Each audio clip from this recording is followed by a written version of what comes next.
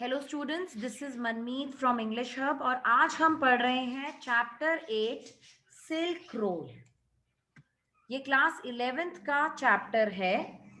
This chapter is written by Nick Middleton. इसमें जो हमारे प्रोटोगोनिस्ट हैं, मतलब जो मेन हीरो हैं, वो माउंट कैलाश जाते हैं, है ना। तो जब वो माउंट कैलाश जाते हैं तब क्या होता है आपको पता ही है। जब आप माउंटेन्स पे चढ़ते हो तो ऑक्सीजन लेवल कम हो जाता है, वहां रहना इतना आसान नहीं होता है। तो ये आपको उस जर्नी के बारे में बताएगा, जो हमारे नरेटर है उनकी जर्नी, है ना। रावू से वो चलेंगे माउंट कैलाश तक टू कंप्लीट द कोरा। और वहां पे लैमो नाम का इंसान उनको मिलता है।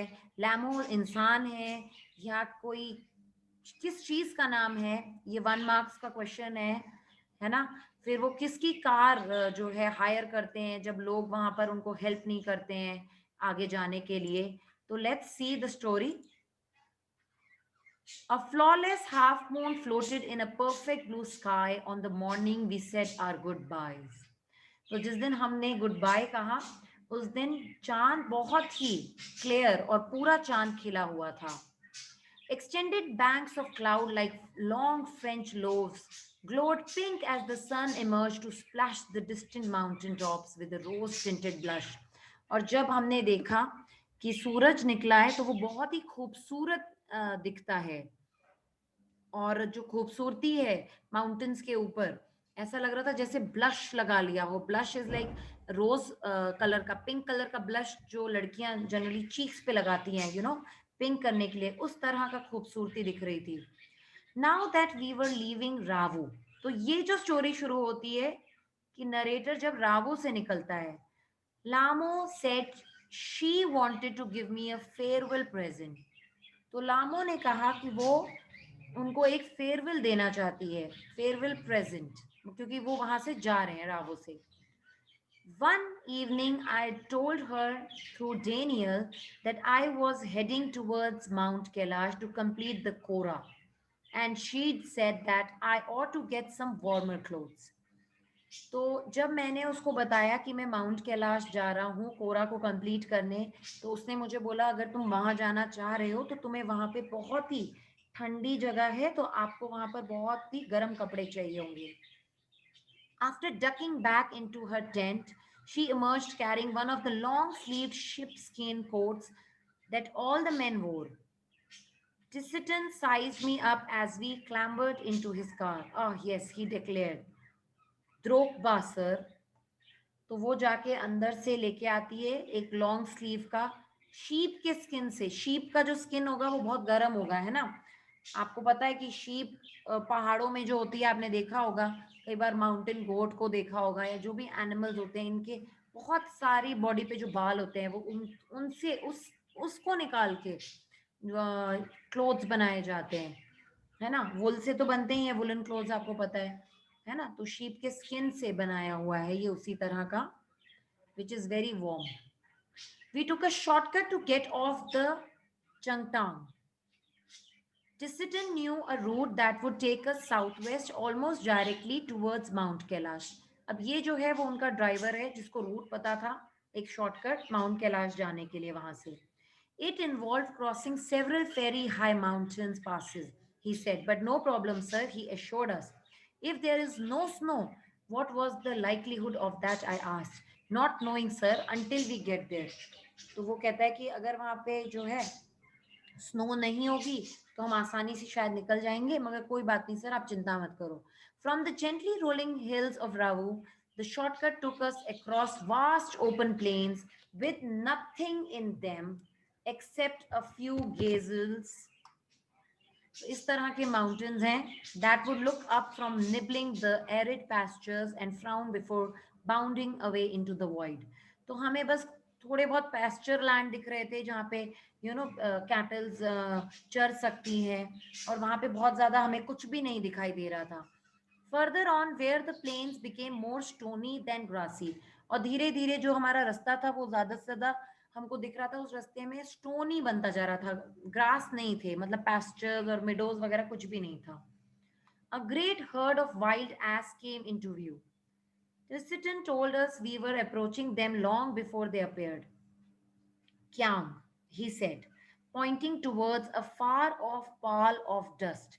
फिर उसने एक डस्ट को एक डस्ट के एक गोल से एक पैच को देख के बोला कि देखिए वो क्यांग है. He said, pointing towards a far off pall of dust.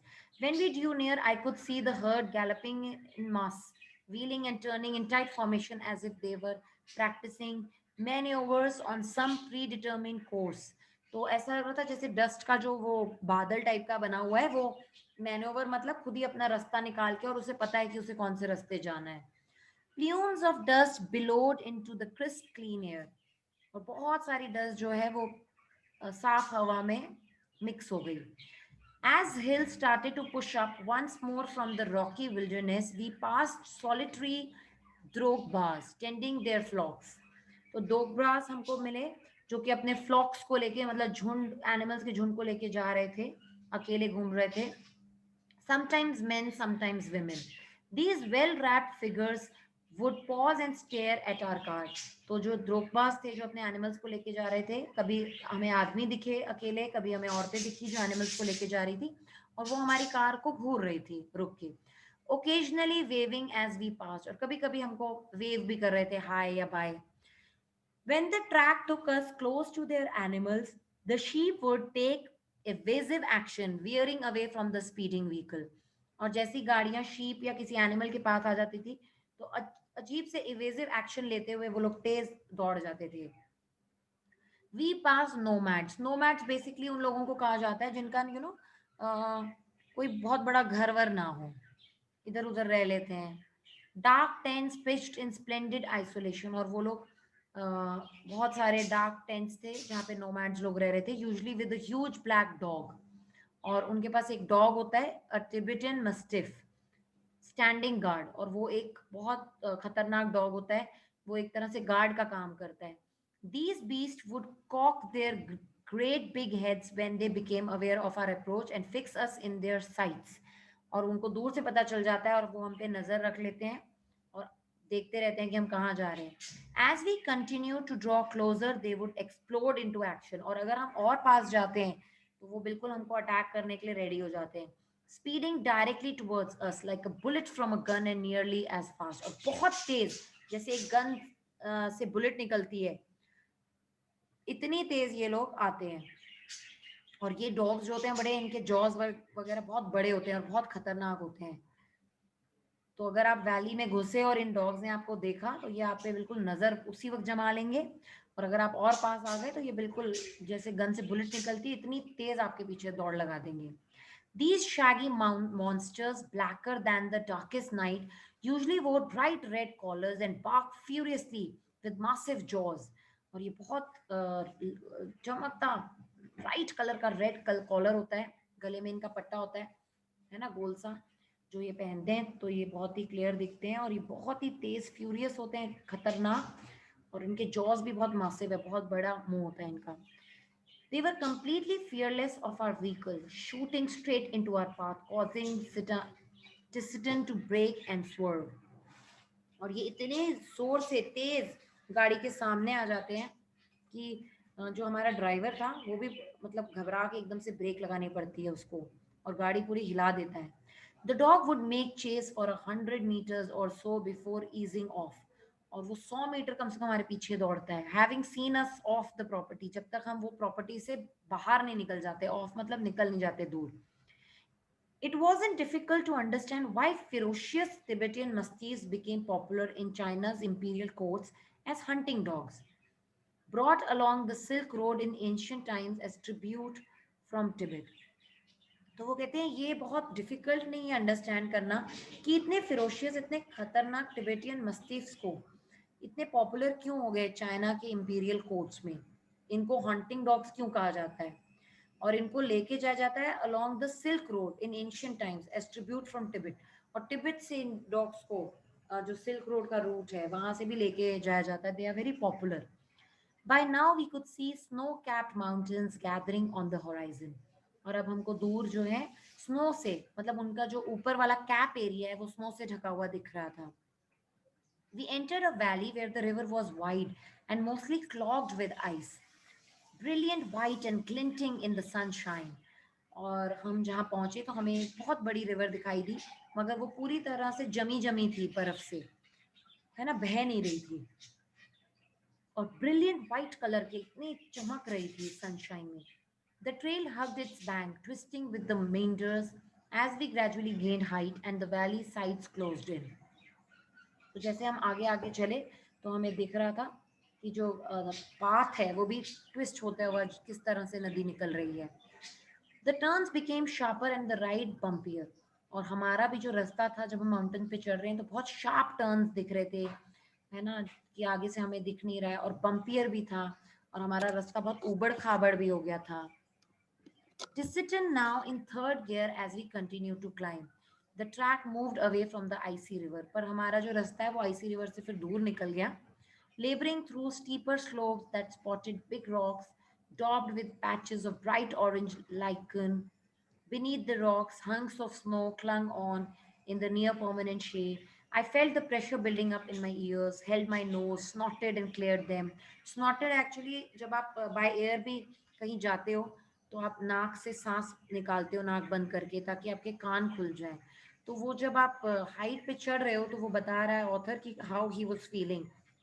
उसको फील होने लग गया था कि कानों में बंद हो रहे हैं कान, है ना. तो वो क्या करता है कि अपने स्नॉट करता है जोर से, नोजी जैसे बाहर निकालते हैं, ऐसे कंजक्शन टाइप का करता है ताकि उसका कान खुले. एक्चुअली वो 5000 के करीब हाइट पे पहुंच गए हैं, तो वहाँ थोड़ा सा मुश्किल हो जाता है. He had opened his door and jumped out of his seat before I realized what was going on. Snow, said Daniel as he too excited the vehicle, letting in a breath of cold air as he did so. और फिर वो लोग वहां पहुंच गए जहां उनको पूरी तरफ स्नो दिखाई देती है. और जैसे ही टिसिटन जो है वो रोकता है गाड़ी, है ना, तो डैनियल को पता भी नहीं चलता है कब दरवाजा खोल के कूद जाता है चिल्लाते हुए, एक्साइट हो जाता है स्नो देख के. A swath of the white stuff lay across the track in front of us. और हमारे सामने भरा हुआ एक वाइट कलर का स्नो भरी हुई पड़ी हुई है सामने, stretching for maybe 15 meters before it petered out and the dirt trail reappeared. और 15 meters तक भरी रहती है जब तक हमें आगे जाके पता नहीं चलता है कि कितनी ज्यादा स्नो है. The snow continued on either side of us. और अब हमारा बीच में रास्ता है ना, छोटा सा रास्ता है, और दोनों तरफ हमको क्या दिखाई दे रहा है, सिर्फ और सिर्फ स्नो. और बहुत ही मजा आ रहा है. तो जो स्वैथ ऑफ द वाइट स्टफ है, मतलब पूरा जो लैंड है वो भरा हुआ है स्नो से, है ना. तो अब हम आगे जाते हैं. The snow continued. The bank was too steep for our vehicle to scale. हमारे लिए बहुत ही मुश्किल था, है ना, उस पे चलना. So there was no way round the snow patch. I join Daniel as Tissiton stepped on to the encrusted snow and began to slither and slide forward. तो अब वो भी स्नो में खेल रहे हैं, stamping his foot from time to time to ascertain how sturdy it was. Sturdy मतलब वो चेक करना चाहते हैं कि मतलब बर्फ पे पाँव रख रहे हैं तो नीचे तो नहीं घुस जाएंगे हम. I looked at my wristwatch. We were at 5,210 meters above sea level. तो हम इतना ऊपर है. अब हम लोग कोशिश कर रहे हैं समझने की, है ना, धीरे धीरे स्लिप करते हुए हल्के हल्का चल रहे हैं. The snow didn't look too deep to me, but the danger wasn't its depth.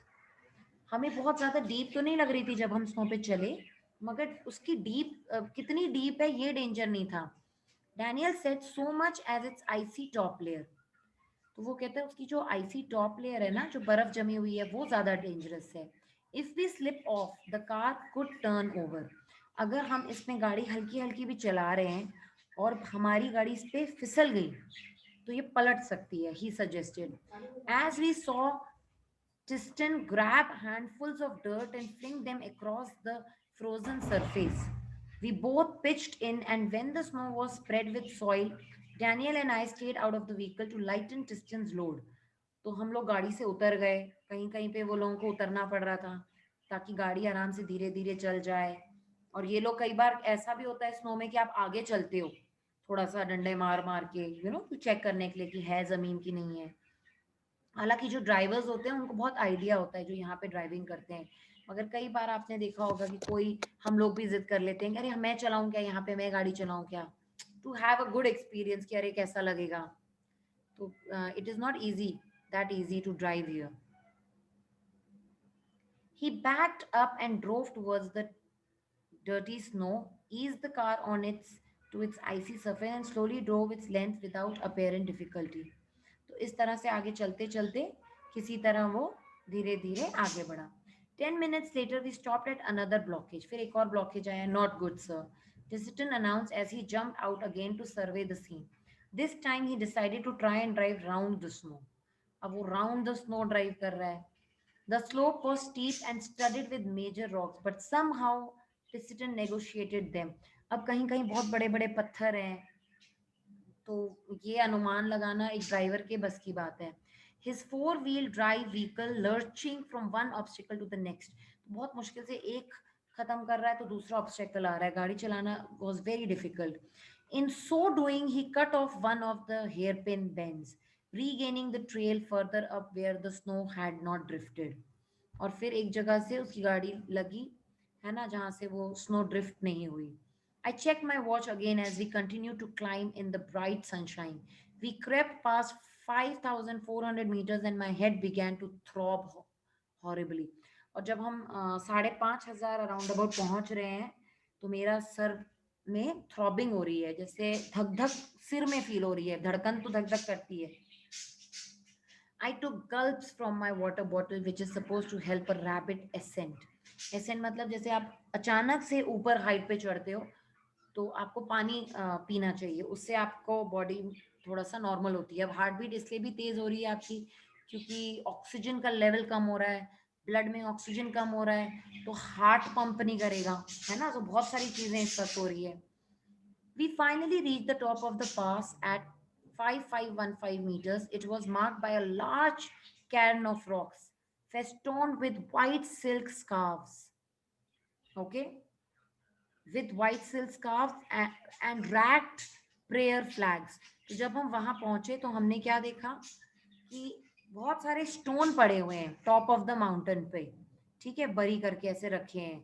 उसको डेकोरेट, फेस्टोन मींस डेकोरेट करके उन्होंने रखे हुए हैं। केयर्न ऑफ रॉक्स मतलब बहुत सारे पत्थर झुंड में बना के रखे हुए हैं और वहां पे फ्लैग्स लगे हुए हैं कि आप वहां तक पहुंच गए हो, प्रेयर फ्लैग्स।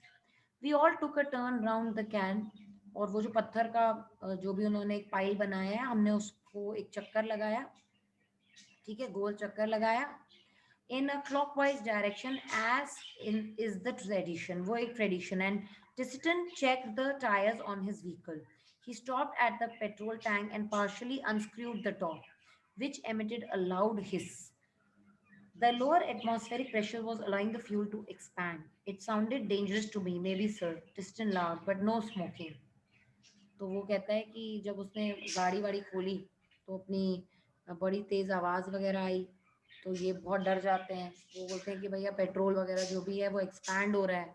तो वो ड्राइवर कहता है कोई प्रॉब्लम नहीं है, आप टेंशन मत लो, कुछ नहीं होगा। अब वो जो उसका सिर में थ्रॉब हो रहा था, उसका हेडेक इतना बुरी तरह हो रहा है। My headache soon cleared as we carried down the other side of the pass. तो जैसे ही हम दूसरी तरफ सिंकिंग द स्लोप, मतलब आप नीचे की तरफ हल्का सा उतरे तो उसका हेडेक ठीक हो गया। It was 2 o'clock by the time we stopped for lunch.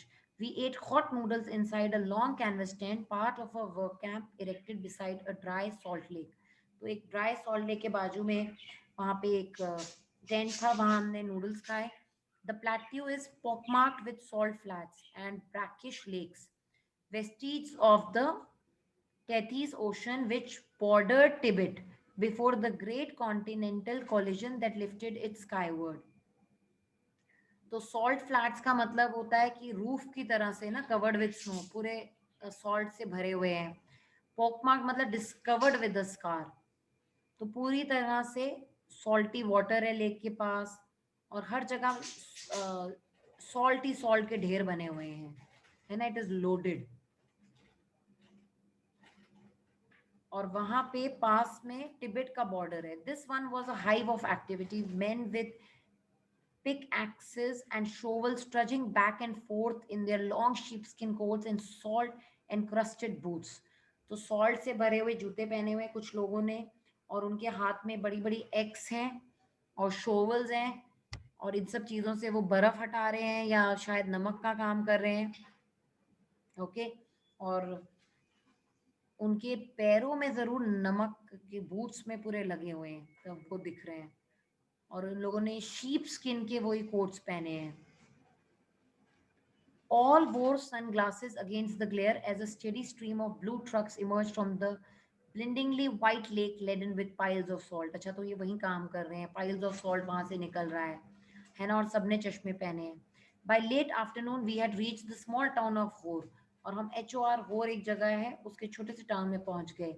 Back on the main east-west highway that followed the old trade route from Lhasa to Kashmir. Daniel, who was returning to Lhasa, found a ride in a truck, so Tisitan and I bade him farewell.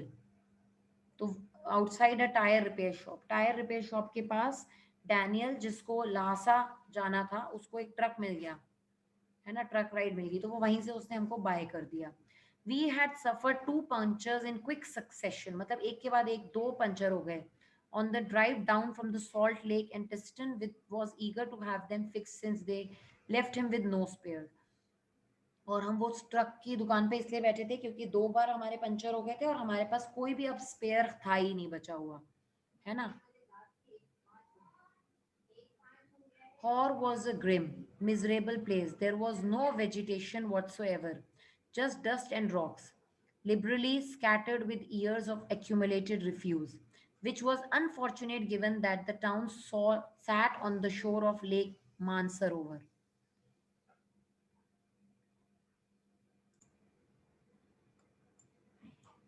Okay, so उनको tyre change कराना पड़ा, है ना, क्योंकि उनके पास कोई भी spare नहीं है। Besides the second tyre he had change had been replaced by one that was in smooth as my bald head. तो वो जो उसने चेंज किया था टायर, वो बिल्कुल मेरे बाल्ड हेड, मतलब जो मेरा टकला सिर है, बिल्कुल वैसा ही था। मे बी फिर उसमें कोई भी फ्रिक्शन नहीं होगा, ग्रिप नहीं होगी। Hor was a grim miserable place. There was no vegetation whatsoever, just dust and rocks, liberally scattered with years of accumulated refuse, which was unfortunate given that the town sat on the shore of Lake Mansarovar. Lake Mansarovar के पास था, पर बहुत अच्छा नहीं था. Tibet's most venerated stretch of water, ancient Hindu and Buddhist cosmology pinpoints Mansarovar as the source of 4 great Indian rivers. Mansarovar का India और Buddhist लोगों के लिए बहुत बड़ा मतलब yogdan hai. They think it's very popular. The Hindus, the Ganges, the Satluj and the Brahmaputra. Actually only the Satluj flows from the lake, but the headwaters of the others all rise nearby on the flanks of Mount Kailash. तो ये सारी चीजें जो है mount Kailash से ही निकलती हैं। हालांकि सिर्फ इसमें शायद सतलुज का ही पानी आता है। We were within striking distance of the great mountain and I was eager to forge ahead. तो अब हम आ गए थे पास, तो मैं भी बहुत एक्साइटेड था, but I had to wait.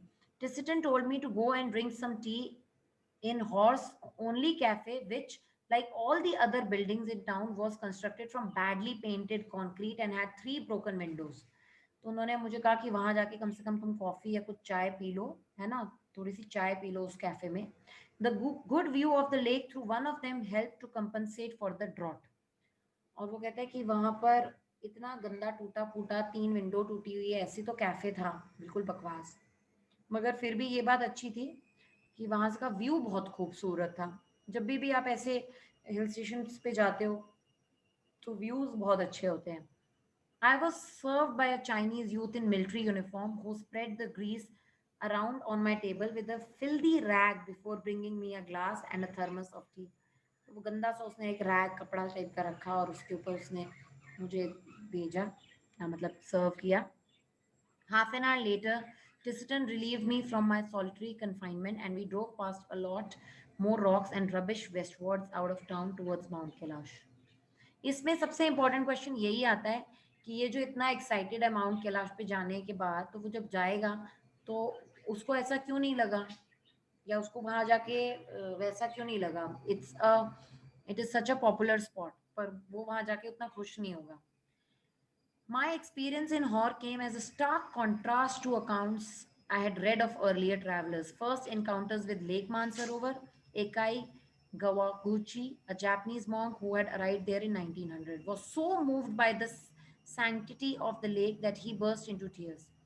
तो वो कहता है कि मैंने आज तक जो भी ट्रैवलर्स की किताबों में पढ़ा था, है ना, जो लोग मुझसे पहले आए हैं, मुझे वैसा नहीं लगा।